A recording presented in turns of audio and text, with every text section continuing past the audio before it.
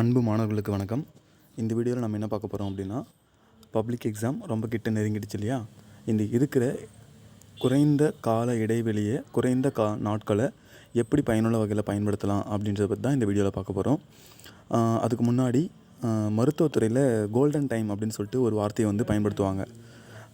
அது என்ன அப்படின்னா, உதாரணத்துக்கு இப்போது ரோட்டில் ஒரு ஆக்சிடென்ட் நடக்குது அப்படின்னா, அந்த பேஷண்ட்டை அங்கேருந்து ஹாஸ்பிட்டலுக்கு கொண்டு போகிற அந்த டைம் இருக்கு இல்லையா, அதை கோல்டன் டைம் அப்படின்னு சொல்லுவாங்க. நீங்கள் கூட சினிமாலாம் இந்த காட்சிகள்லாம் பார்த்துருப்பீங்க. அதாவது இன்னும் ஒரு 5 நிமிஷத்துக்கு முன்னாடி கொண்டு வந்திருந்தீங்க அப்படின்னா இந்த உயிரை காப்பாற்றிருக்கலாம் அப்படின்னு சொல்லிட்டு டாக்டர் வந்து சொல்லுவாங்க. கண்ணாடியை கழட்டிட்டு சாரி அப்படின்னு சொல்லிட்டு நாங்கள் எவ்வளோ ட்ரை பண்ணோம், காப்பாற்ற முடியல, இன்னொரு நீங்கள் 5 நிமிஷம் முன்னாடி கொண்டு வந்தீங்க அப்படின்னா இந்த உயிரை காப்பாற்றிருக்கலாம் அப்படின்னு சொல்லுவாங்க இல்லையா? அப்போ என்னென்னா, அந்த கோல்டன் டைம் அப்படின்றது அந்த அந்த டைம் ரொம்ப முக்கியமான டைம்.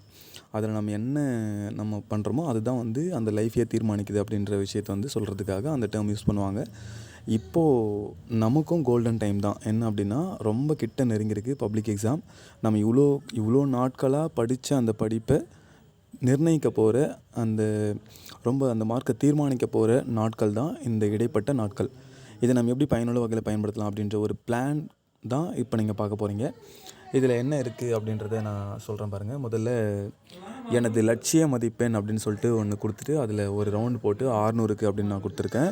இப்போ ஒரு சப்ஜெக்ட்டுக்கு 100 மார்க் உங்களுக்கு தெரியும். மொத்தம் 6 சப்ஜெக்ட்டு, மொத்தம் 600 மார்க் இருக்குது.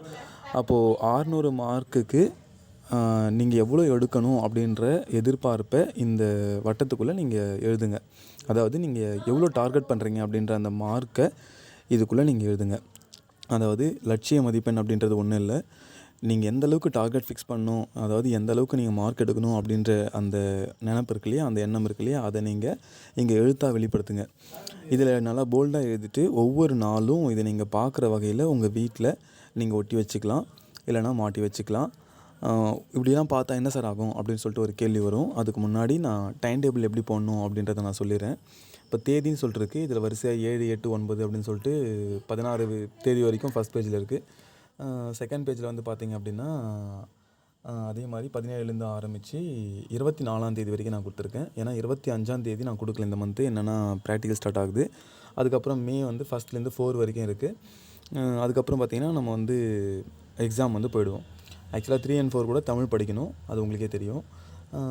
அது ஓகே சார். இப்போ என்ன பண்ணணும் அப்படின்னு கேட்டிங்க அப்படின்னா, மேலே வந்து -2 அப்படின்னு சொல்லிட்டு நான் ஒரு 6 காலம்ஸ் நான் போட்டிருக்கேன். இது என்ன அப்படின்னா, ஒவ்வொரு நாளையும் நீங்கள் முன்கூட்டியே வந்து பிளான் பண்ணிடணும். 6 சப்ஜெக்ட்டுக்கு குறைந்தபட்சம் ஒரு 6 மணி நேரமாவது ஒதுக்கிடணும். நீங்கள் அந்த நேரத்தை மேலே வந்து எழுத போகிறீங்க. இப்போ உதாரணத்துக்கு 9ஆம் தேதி நீங்கள் காலையில் 5 மணிலேருந்து 6 மணி வரைக்கும் இங்கிலீஷ் படிக்க போகிறீங்க அப்படின்னா 5 to 6 அப்படின்னு சொல்லிட்டு மேலே எழுதிட்டு, இங்கிலீஷில் என்ன படிக்க போகிறீங்களோ, இல்லை என்ன யூனிட் படிக்க போகிறீங்களோ, என்ன கொஸ்டின் படிக்க போகிறீங்களோ அதை அந்த தேதிக்கு நேராக எழுதிடணும். முன்கூட்டியே பிளான் பண்ணிடணும். ஒவ்வொரு சப்ஜெக்ட்டுக்கும் இது மாதிரி நீங்கள் வந்து பிளான் பண்ணிடணும். இப்படி பிளான் பண்ணும்போது நீங்கள் முக்கியமான விஷயத்தை கவனத்தில் வச்சுக்கணும். என்ன அப்படின்னா, உங்கள் டைமை நீங்கள் 3 கேட்டகரியாக பிரிக்கணும். நீங்கள் படிக்கிற 6 சப்ஜெக்டை 3 கேட்டகரியாக பிரிக்கணும். எப்படி நான் சொல்கிறேன் பாருங்கள். இப்போது முதல்ல சப்ஜெக்ட் எப்படி 3ஆக பிரிக்கிறது அப்படின்னு நான் சொல்கிறேன். Strong subject, average subject, week subject அப்படின்னு சொல்லிட்டு 3 கேட்டகரியாக பிரிக்கணும். அப்படின்னா என்ன சார் அப்படின்னா, நீங்கள் இந்த 6 சப்ஜெக்டில் எதில் நீங்கள் ரொம்ப ஸ்ட்ராங்காக இருக்கிறதா நீங்கள் ஃபீல் பண்ணுறீங்க. இப்போ உதாரணத்துக்கு சொன்னோம் அப்படின்னா, இப்போ தமிழ், இங்கிலீஷ் ஒன்றும் ப்ராப்ளம் இல்லை சார், நான் ரொம்ப ஸ்ட்ராங்காக இருக்கேன், நல்லா பாஸ் பண்ண நிறைய மார்க் எடுப்பேன் அப்படின்னா அதுதான் உங்களை பொறுத்த வரைக்கும் ஸ்ட்ராங் சப்ஜெக்ட். வீக் சப்ஜெக்ட் அப்படின்னா, இப்போ ஃபிசிக்ஸ், கெமிஸ்ட்ரி ரொம்ப நான் வீக்காக இருக்கேன் சார் அப்படின்னா அதுதான் உங்களை பொறுத்த வரைக்கும் வீக் சப்ஜெக்ட். மற்ற ரெண்டும் ஓகே சார், பயாலஜி, மேத்ஸ் வந்து எனக்கு ஓகே நார்மல் அப்படின்னா அது வந்து ஆவரேஜ் சப்ஜெக்ட் அப்படின்ற லிஸ்ட்டில் வந்து வந்துடும். ஸோ இப்படி சப்ஜெக்டை 3 கேட்டகரியாக நீங்கள் பிரிக்கணும்.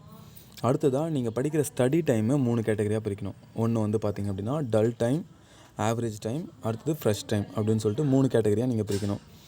டல் டைம் அப்படின்றது ஒன்றும் இல்லை, ரொம்ப படிக்கிறதுக்கே போர் அடிக்கிற டைம். அது மாதிரி எதுன்றதை நீங்கள் ஃபிக்ஸ் பண்ணிக்கோங்க. உதாரணத்துக்கு ஒரு சிலருக்கு வந்து ஸ்கூலை விட்டு வீட்டுக்கு போன உடனே இருக்கிற டைம் வந்து ஒரு மாதிரி டல்லாக இருக்க மாதிரி இருக்கும். இல்லை ஒரு சிலருக்கு மதிய நேரம் வந்து டல் டைமாக இருக்கும். இது மாதிரி நீங்கள் வந்து டைமை வந்து பிரிக்கணும். இப்போ ஃபார் எக்ஸாம்பிள் 2 மணி நேரம் டல் டைம் அப்படின்னு சொல்லிட்டு நீங்கள் பிரிச்சிட்டிங்க அப்படின்னா அதை அப்படியே வச்சுக்கோங்க. அது எதுக்கு யூஸ் பண்ண நான் சொல்கிற மாதிரிங்க. அதே மாதிரி ஃப்ரெஷ்ஷான டைம் எதுன்றதை நீங்கள் பார்க்கணும்.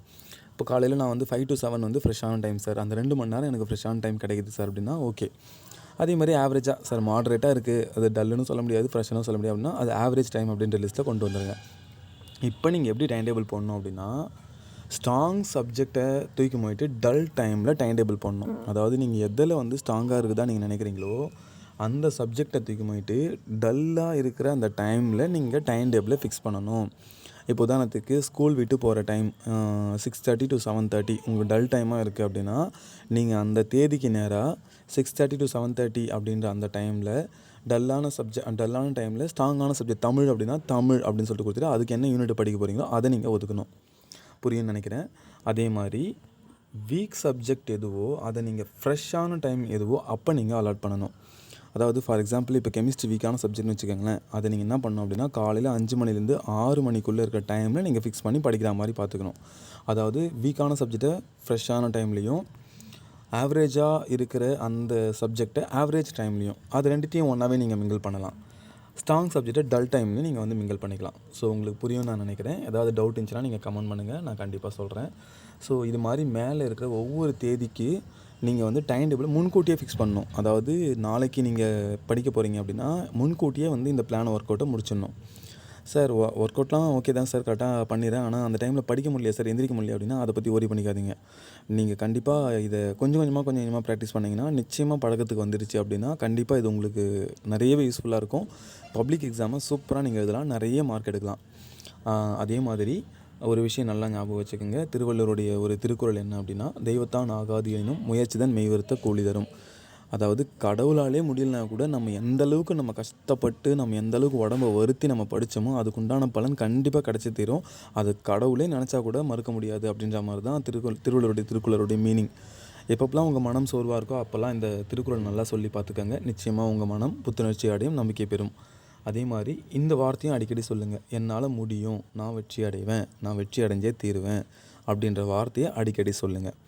ஸோ இது மாதிரி பண்ணிவிட்டு டைம் டேபிளை நீங்கள் ஃபிக்ஸ் பண்ணிவிட்டு நீங்கள் இந்த எனது லட்சிய மதிப்பெண் அப்படின்ற அந்த 600க்கு நீங்கள் ஃபிக்ஸ் பண்ணிக்க மதிப்பெண்ணை தினமும் பாருங்கள். நிச்சயமாக அது உங்கள் மனசுக்குள்ளே ஒரு நம்பிக்கையை ஏற்படுத்தும். அது இந்த பொதுத் தேர்வுக்கு நல்ல ஒரு பலனை தரும் அப்படின்றதில் நீங்கள் உணர்ந்து பார்த்துக்குங்க. இது ஏதோ நான் சொல்கிறேன் அப்படின்றதுக்காக நீங்கள் கேட்கணுன்ற அவசியம் இல்லை. இதை நீங்கள் ஒர்க் அவுட் பண்ணி உணர்ந்து பாருங்கள். நிச்சயமாக உங்களுக்கு பயனுள்ளதாக இருக்கும் அப்படின்னு நான் நம்புகிறேன். நன்றி, வணக்கம்.